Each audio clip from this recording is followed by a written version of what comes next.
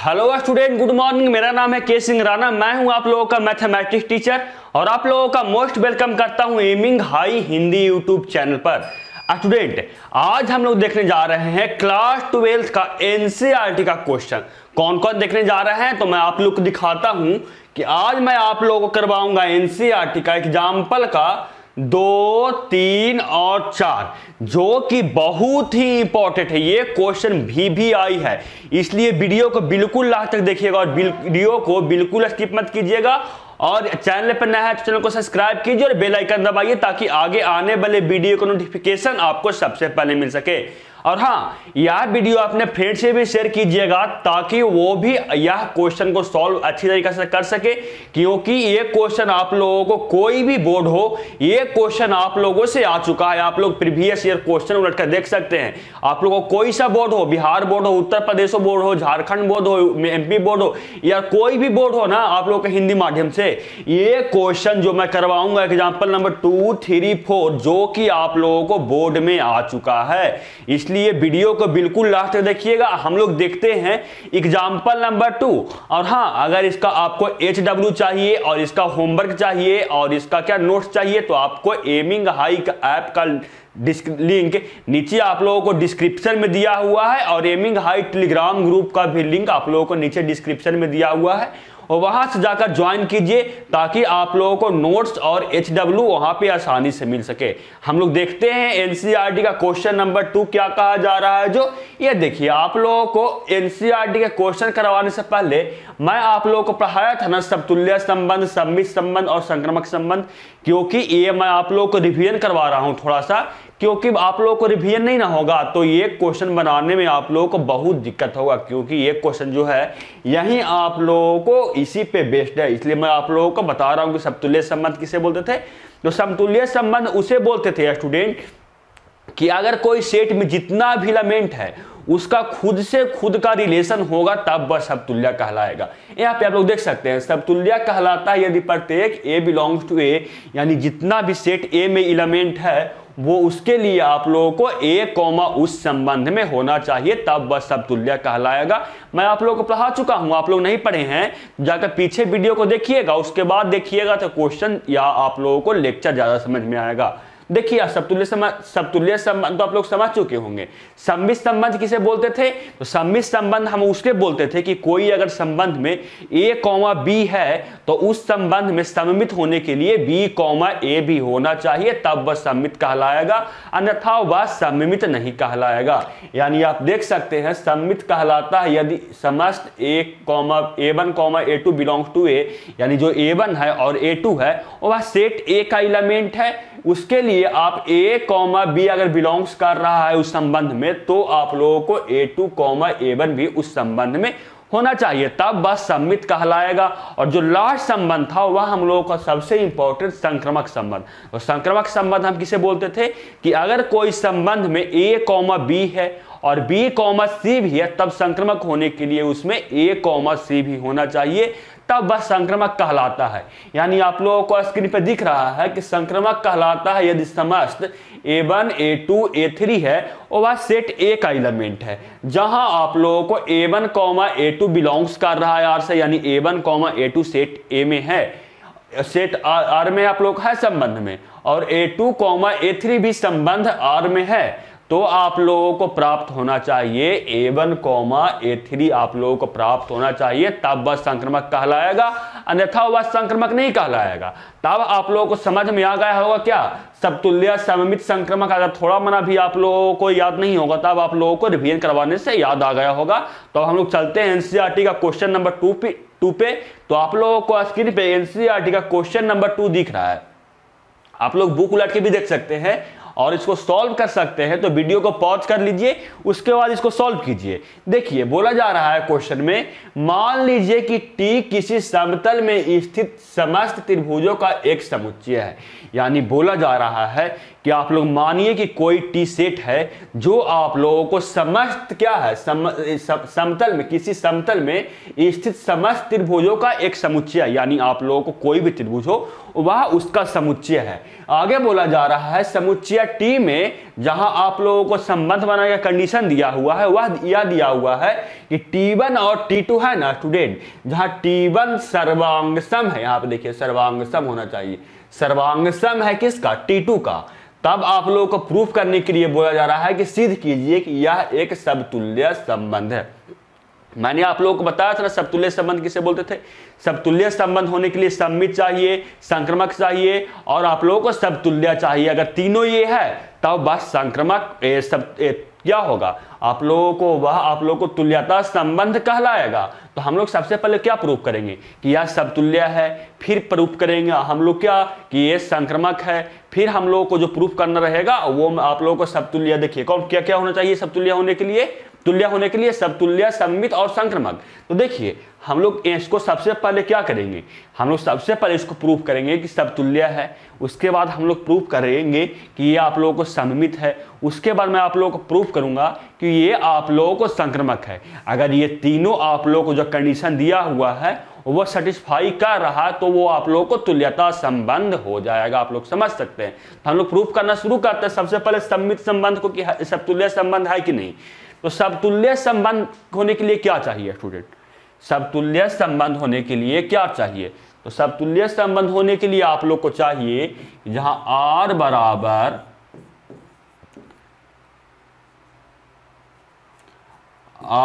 बराबर जहां आप लोगों को A बिलोंग्स कर रहा है A से, तब आप लोगों को समतुल्य होने के लिए A, उस संबंध में होना चाहिए, तब वह समतुल्य कहलाएगा। यानी आप लोगों को जो कंडीशन R दिया हुआ है यहाँ पर मतलब कि जो T1 त्रिभुज है और यहाँ पे भी आप लोगों को T1 होगा, क्योंकि खुद से खुद का रिलेशन होता है समतुल्य में। आप लोग बताइए कि समतुल्य में खुद को खुद से न संबंध होता है, यानी T1 का संबंध इसमें आप लोगों को T1 से होगा। और क्या होना चाहिए समतुल्य के लिए, जहां जहां आप लोगों को T2 लिखा हुआ है और वहां आप लोग T1 रख कर देखिए कि क्या आता है। तो हम लोग T1 रख रहे हैं तो T1, T1 आप लोगों को सर्वांगसम होना चाहिए, तब ये कहलाएगा आप लोगों को क्या, तब ये आप लोगों को कहलाएगा समतुल्य संबंध, सर्वांगसम है। आप लोग चेक कीजिए कि T1, T1 जो फर्स्ट त्रिभुज T1 है और वह खुद का सर्वांगसम होगा। आप लोग बताइए, आप लोगों ने क्लास 10th और क्लास 9th में पढ़े होंगे कि सर्वांगसम त्रिभुज किसे बोलते हैं। तो आप लोग बताइए कि जो खुद का कोई त्रिभुज खुद का सर्वांगसम हो सकता है कि नहीं। तो आप लोग जानते होंगे कोई भी त्रिभुज हो, वो किसी प्रकार का त्रिभुज हो, उससे हमको मतलब नहीं है, लेकिन वो खुद का सर्वांगसम होता ही है।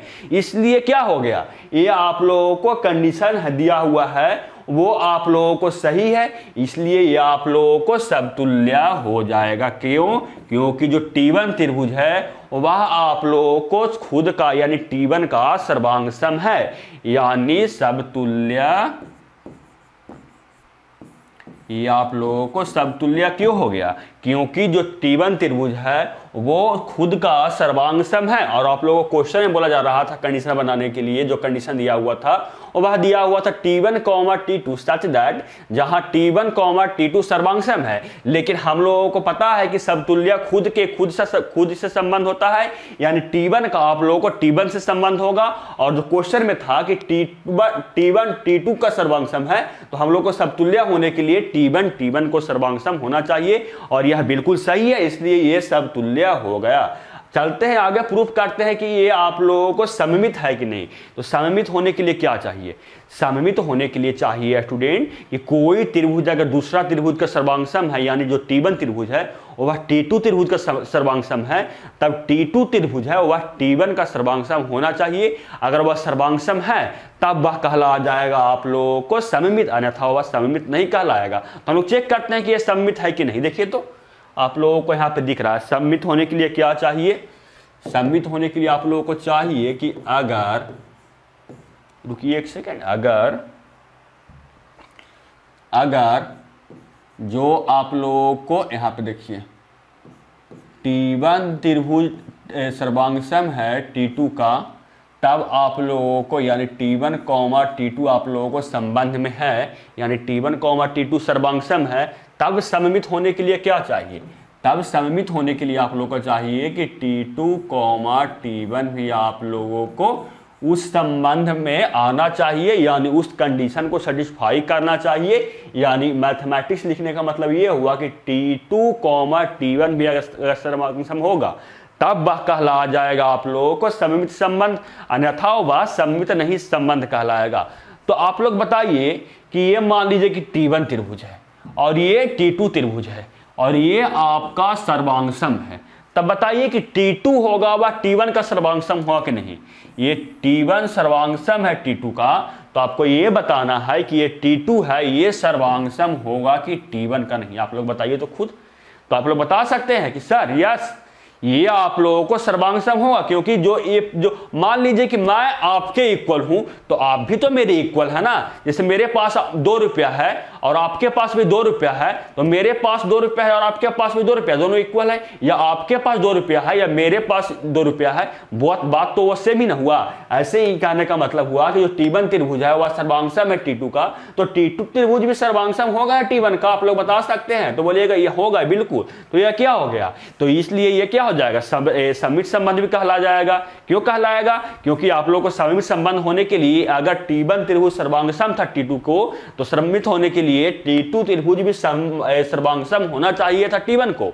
और जो मैंने कंडीशन बनाया वो T2 त्रिभुज T1 का सर्वांगसम है, इसलिए ये आप लोगों को क्या हो जाएगा, ये आप लोगों को सममित संबंध आप लोगों को हो जाएगा। देखिए इसलिए यह सममित संबंध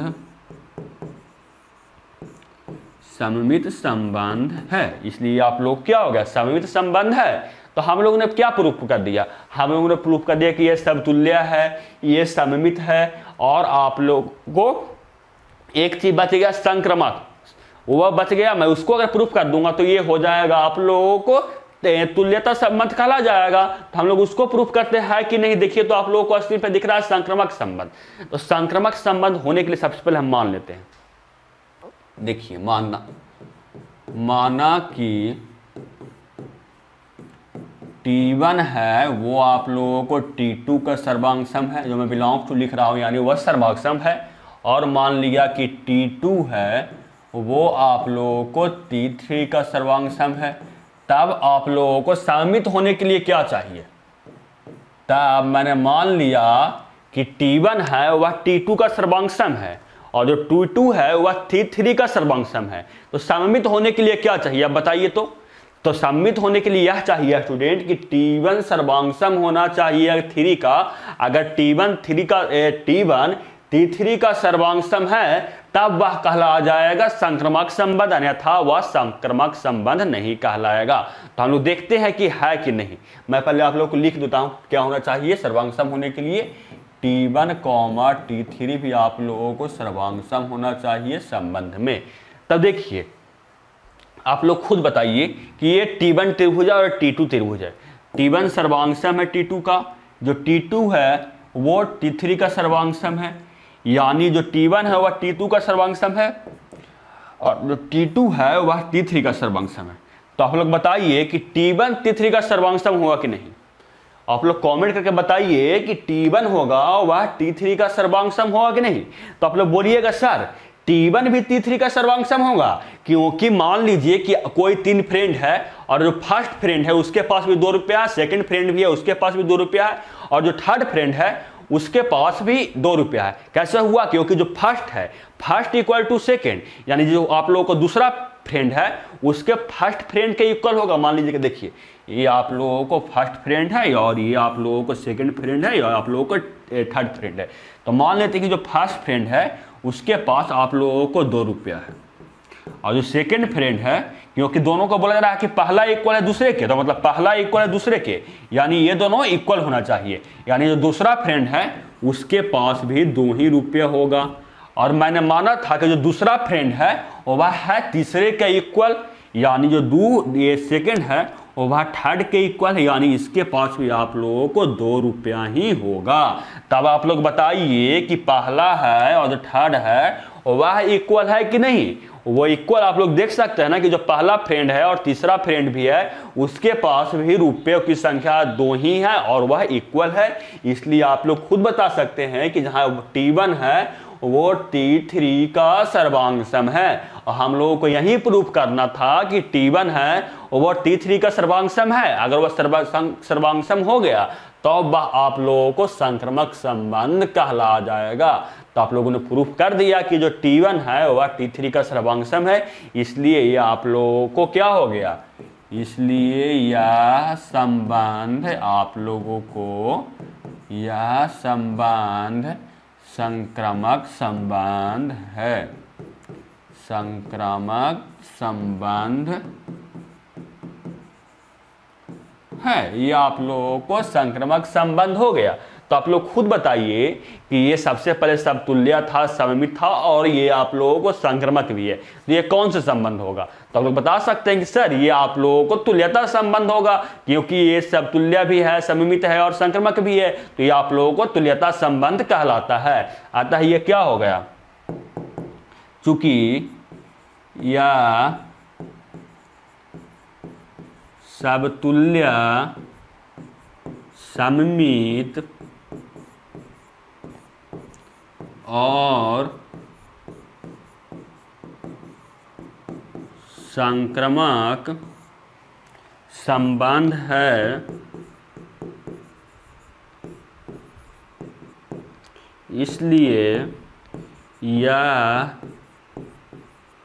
तुल्यता संबंध है। क्योंकि ये आप लोगों को तीनों प्रकार का संबंध है, तो ये आप लोगों को हो गया तुल्यता संबंध। आप लोगों को समझ में आया ना एनसीईआरटी का एग्जांपल नंबर 2। मैं आप लोगों को इसका दिखा रहा हूं सॉल्यूशन। देखिए आप लोगों को स्क्रीन पे इसका सॉल्यूशन दिख रहा है। यहाँ पे आप लोग स्क्रीन देख सकते हैं, वीडियो को पॉज कर लीजिए, उसके बाद देख सकते हैं सॉल्यूशन। ऐसे आप एनसीईआरटी में भी जाकर आप इसका सॉल्यूशन देख सकते हैं। ऐसे तो समझ में आ ही गया होगा, लेकिन आप लोगों को एनसीईआरटी का जाकर मिलाइएगा तो यही आपका सॉल्यूशन है। या वीडियो को पॉज करके आप लोग सॉल्यूशन इसका देख सकते हैं। मैं ऐसे क्वेश्चन तो करवा ही चुका हूँ। चलते हैं अब एनसीईआरटी के एग्जाम्पल नंबर 3 पे। आप लोगों को स्क्रीन पे ये दिख रहा है, बोला जा रहा है एनसीईआरटी का एग्जाम्पल नंबर 3 में, ये आप लोगों को एनसीईआरटी का एग्जाम्पल नंबर 3 है। इसमें बोला जा रहा है कि मान लीजिए कि L किसी समतल में स्थित समस्त रेखाओं का एक समुच्चय है। यानी आप लोगों को बोला जा रहा है कि कोई लाइन है, मान लीजिए कि वो किसी भी समतल में किसी भी रेखा का एक समुच्चय है। ये आप लोगों को बोला जा रहा है कि खुद से मानिए। आगे क्वेश्चन में बोला जा रहा है तथा R बराबर L1, L2 such that L1 है वह L2 पर लंब है। यानी जो L1 लाइन होगा ना स्टूडेंट, यहाँ पर मैं रफ फिगर बता रहा हूँ, जो L1 मान लेते हैं कि L1 है वह आप लोगों को L2 पे लंब होगा। ये आप लोगों को क्वेश्चन में दिया हुआ है। आगे बोला जा रहा है समुच्चय L में परिभाषित एक संबंध है। यानी आप लोगों को समुच्चय L है, उसमें एक परिभाषित संबंध है, यानी आप लोगों को इससे संबंध बन सकता है। आगे बोला जा रहा है सिद्ध कीजिए कि R सममित है, किंतु यह ना तो समतुल्य है और ना संक्रामक है। आप लोग खुद से बताइए कि क्या क्या प्रूफ करने के लिए बोला जा रहा है इस क्वेश्चन में। तो इस क्वेश्चन में बोला जा रहा है कि आप लोग प्रूफ कीजिए कि जो संबंध आप लोगों को बन रहा है, जो कंडीशन दिया हुआ है और समस्त रेखाओं का जो आप लोगों को समुच्चय है, वो आप लोगों को प्रूफ करने के लिए बोला जा रहा है इस कंडीशन से कि उसको प्रूफ कीजिए कि ये केवल और केवल सममित है और ना तो ये सब संक्रामक है और ना ये आप लोगों को समतुल्य है। तो हम लोग प्रूफ करके देखते हैं कि समतुल्य है या है कि नहीं, संक्रामक है कि नहीं। ऐसे तो प्रूफ करने के लिए बोला जा रहा है। तो सबसे पहले हम चेक करेंगे समतुल्य तो ये होगा ही नहीं। क्यों? क्योंकि क्वेश्चन में दिया हुआ है कि ये आप लोगों को समतुल्य नहीं है, क्योंकि सिद्ध करने के लिए बोला जा रहा है ना।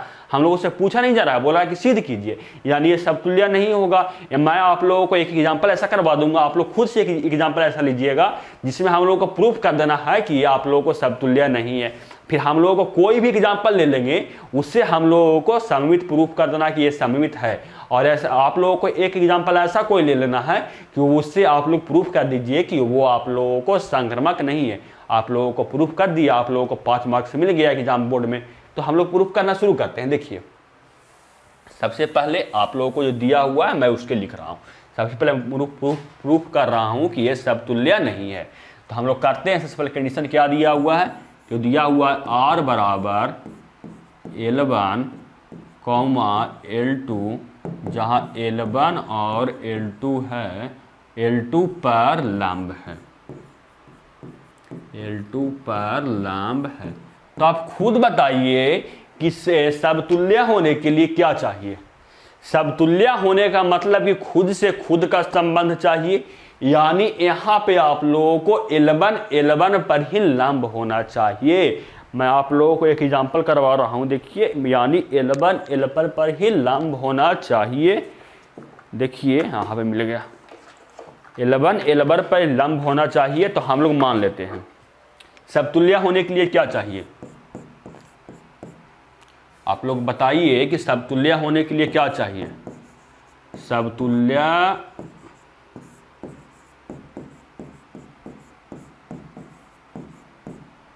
होने के लिए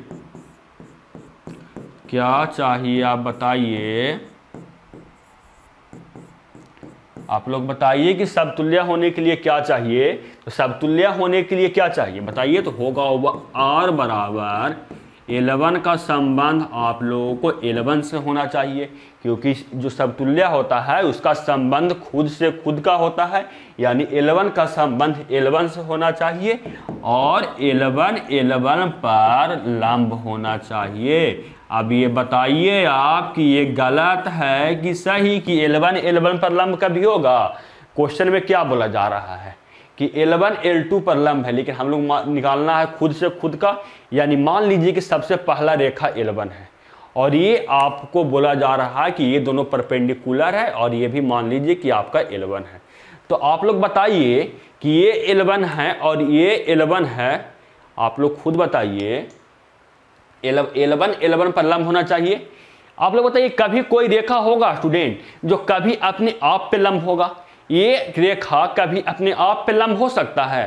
तो आप लोग बता सकते हैं कि नहीं सर, ये रेखा होगा केवल और केवल अपने आप के समानांतर हो सकता है, लेकिन ये कभी अपने आप पर लंब नहीं हो सकता है। तो ये आप लोगों को जो कंडीशन हम लोग को होना चाहिए समतुल्य होने के लिए, वो होना चाहिए था कि L1 पर लंब होना चाहिए, लेकिन जो कि गलत है। ये आप लोग को गलत है ना, क्योंकि कोई भी रेखा खुद पर लंब नहीं हो सकता है, यानी L1 पर लंब नहीं हो सकता है, अतः ये आप लोगों को समतुल्य नहीं होगा। अतः यह समतुल्य नहीं होगा। आप लोगों ने प्रूफ कर दिया कि ये समतुल्य नहीं है, और क्वेश्चन में आगे बोला जा रहा था कि ये भी प्रूफ कीजिए कि ये सममित है और संक्रमक नहीं है। तब हम लोग प्रूफ करते हैं कि सममित है। हम लोग प्रूफ करते हैं कि सममित है। सममित पर चलते हैं। क्वेश्चन में क्या दिया हुआ था? क्वेश्चन में दिया हुआ था R बराबर L1 L2, जहां L1 L2 पर लंब है। L1 है वह L2 पर लंब है, ये आप लोगों को क्वेश्चन में दिया हुआ था। तो आप लोग बताइए, सब तुम मान, यहां से पहले मान लेते हैं।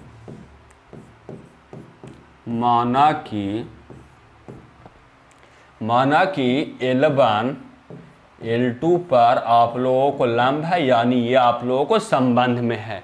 तो बताइए कि क्या होना, सममित होने के लिए क्या चाहिए?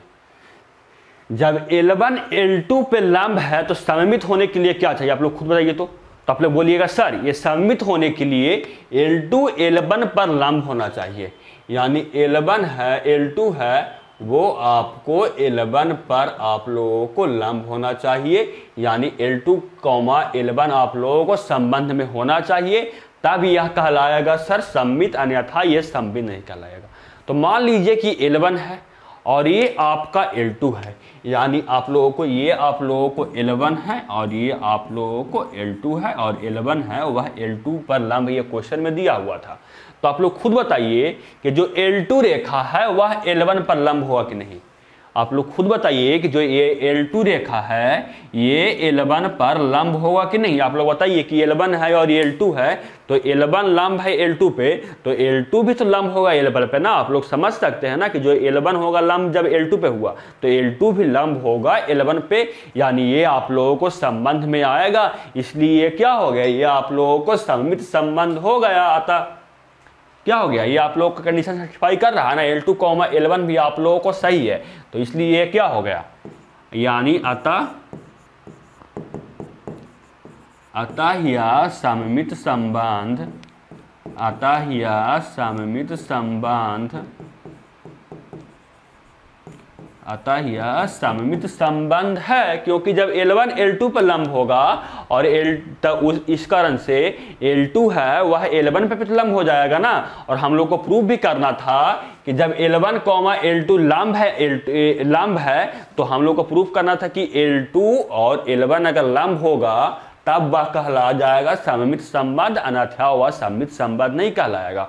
और ये जो कंडीशन है ये आप लोगों को सही है, इसलिए ये अतः ये क्या हो गया, सममित संबंध है। अब आप लोगों को प्रूव करना है कि ये संक्रामक संबंध नहीं है, तो आप लोग खुद बताइए, क्वेश्चन में दिया हुआ था ना कि ये संक्रामक संबंध नहीं है।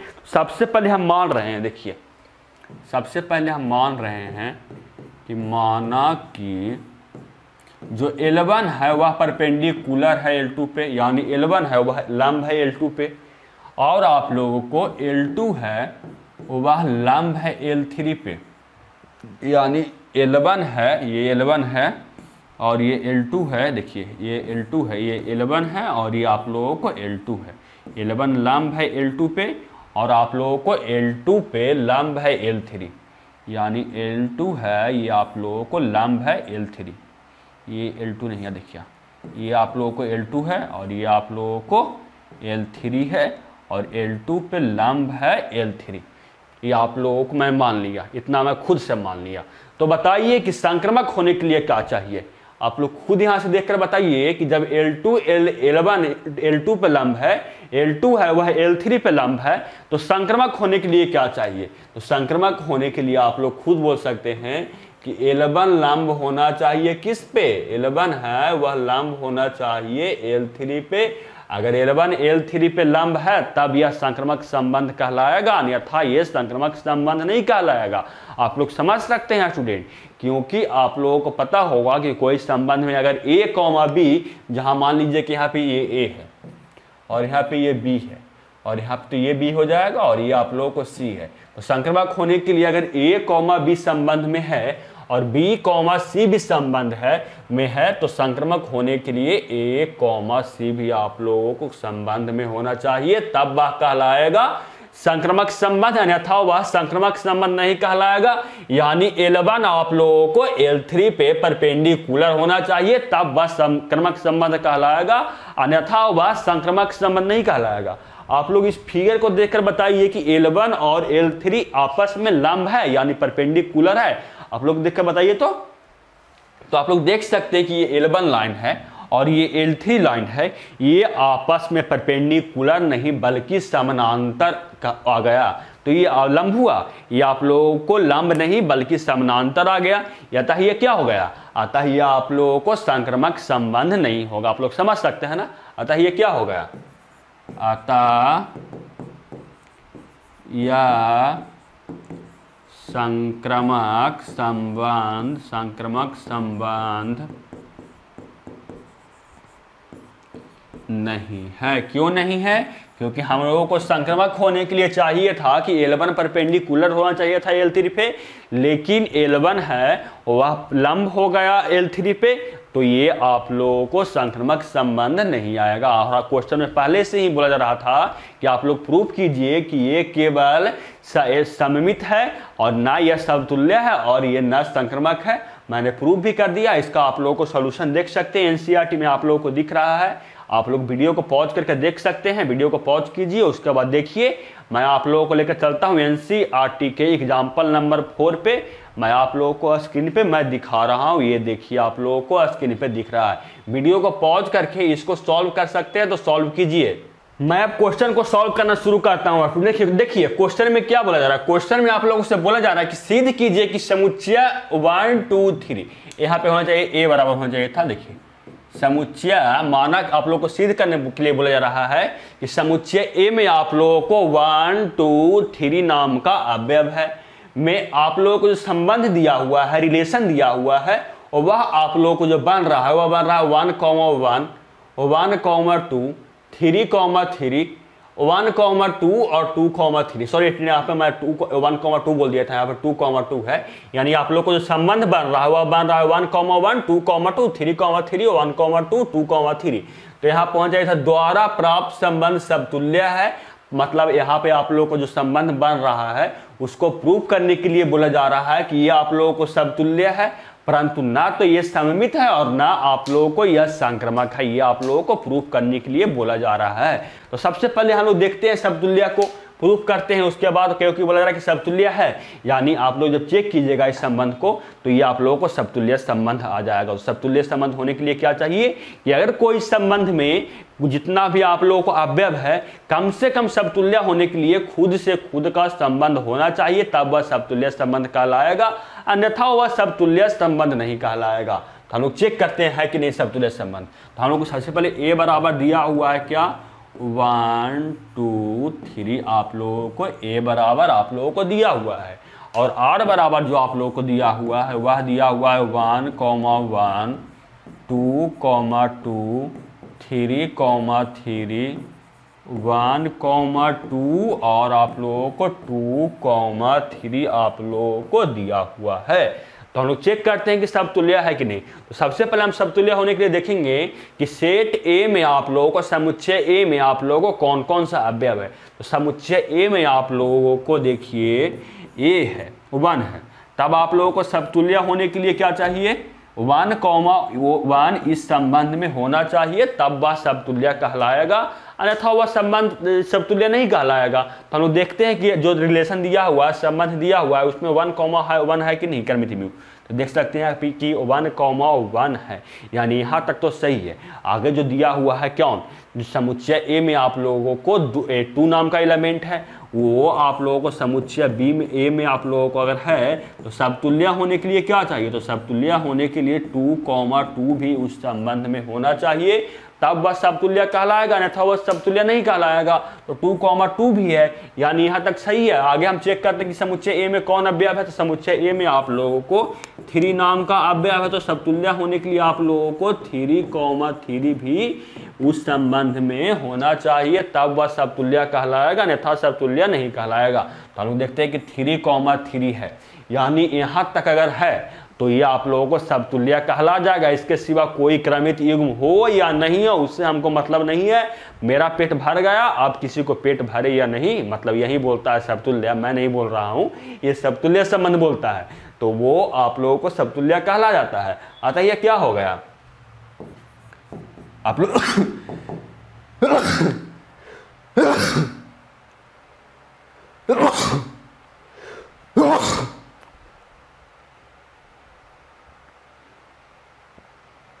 अतः यह आप लोगों को समतुल्य संबंध कहला गया।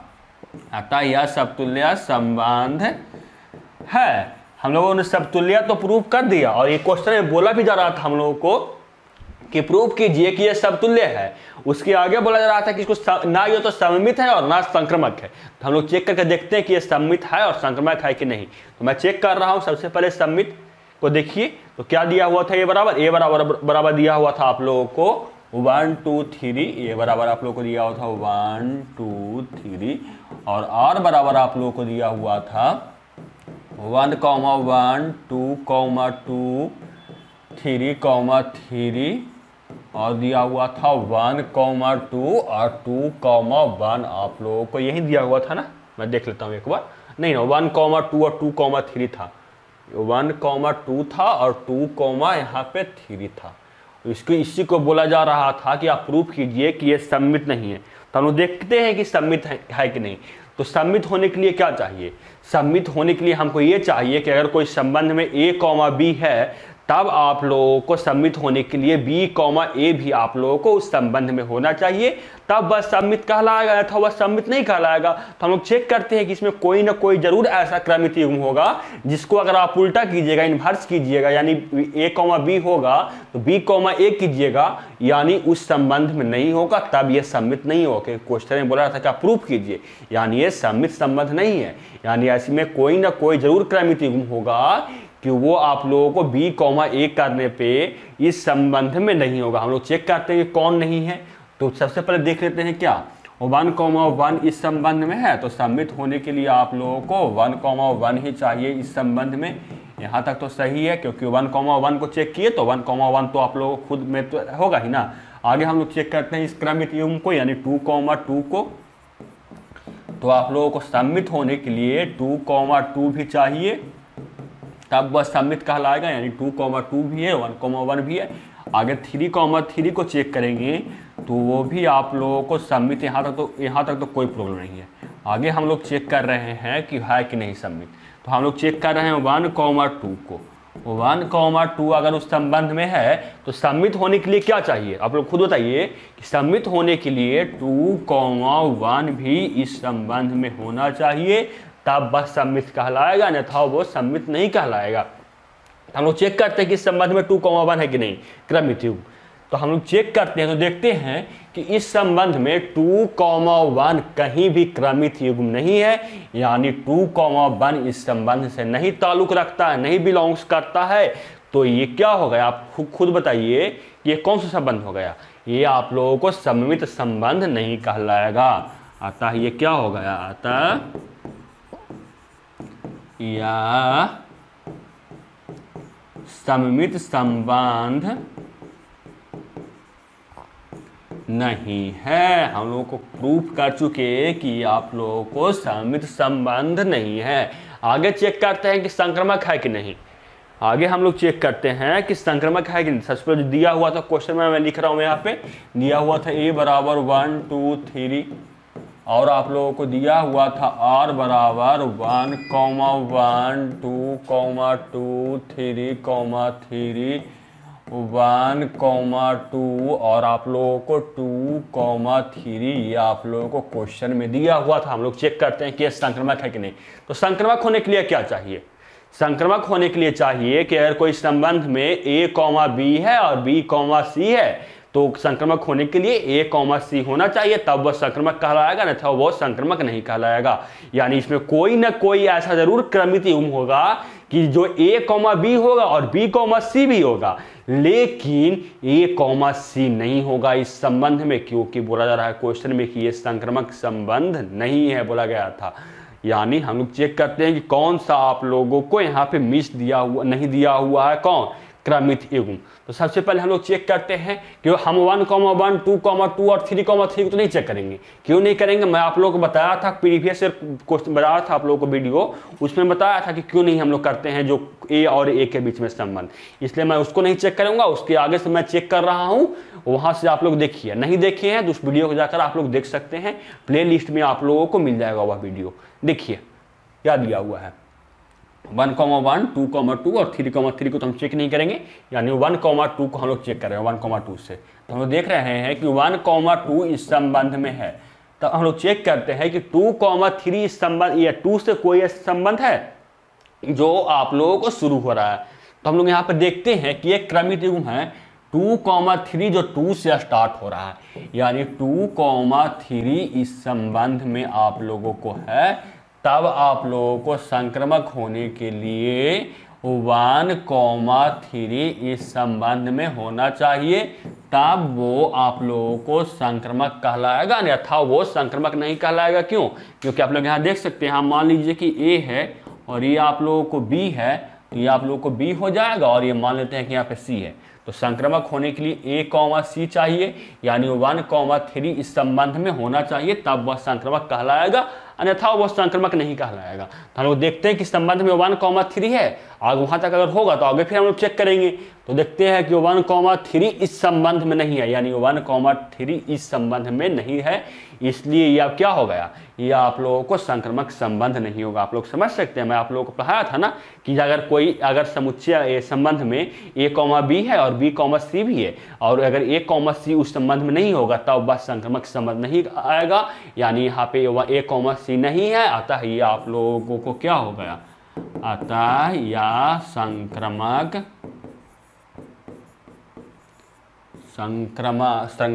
संबंध नहीं है। आप लोगों ने प्रूफ कर दिया, और क्वेश्चन में बोला भी जा रहा था कि ये केवल समतुल्य है और ना ये सममित है और ना ये संक्रामक है। आप लोगों ने प्रूफ कर दिया, मैं आप लोगों को इसका दिखा रहा हूँ सॉल्यूशन, आप लोग देख सकते हैं इस सॉल्यूशन को। देखिए आप लोग खुद भी देख सकते हैं आप क्या दिया हुआ था, संक्रमण ये समतुल्य तो होगा, उसको चेक करके छोड़ दीजिए। मैं आप लोगों को बताया था कि आप देखिए समतुल्य सम्मित होने के लिए 1,2 था, तो सम्मित होने के लिए 2,1 चाहिए था और 2,1 इस संबंध में नहीं था। इसी प्रकार ये संक्रमक नहीं है क्योंकि 1,2 इस संबंध में है और 2,3 है, और संक्रमक होने के लिए 1,3 इस संबंध में होना चाहिए और वो भी नहीं है, इसलिए ये संक्रमक भी नहीं है।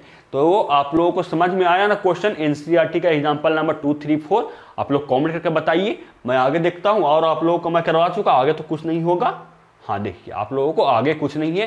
वीडियो को अगर अभी तक देख रहे हैं तो वीडियो को लाइक कीजिएगा और फ्रेंड्स में शेयर कीजिएगा, ताकि आगे आने वाली वीडियो का नोटिफिकेशन आपको सबसे पहले मिल सके। तो आप लोगों से मिलते हैं अगले वीडियो में, तब तक के लिए जय हिंद, वंदे मातरम।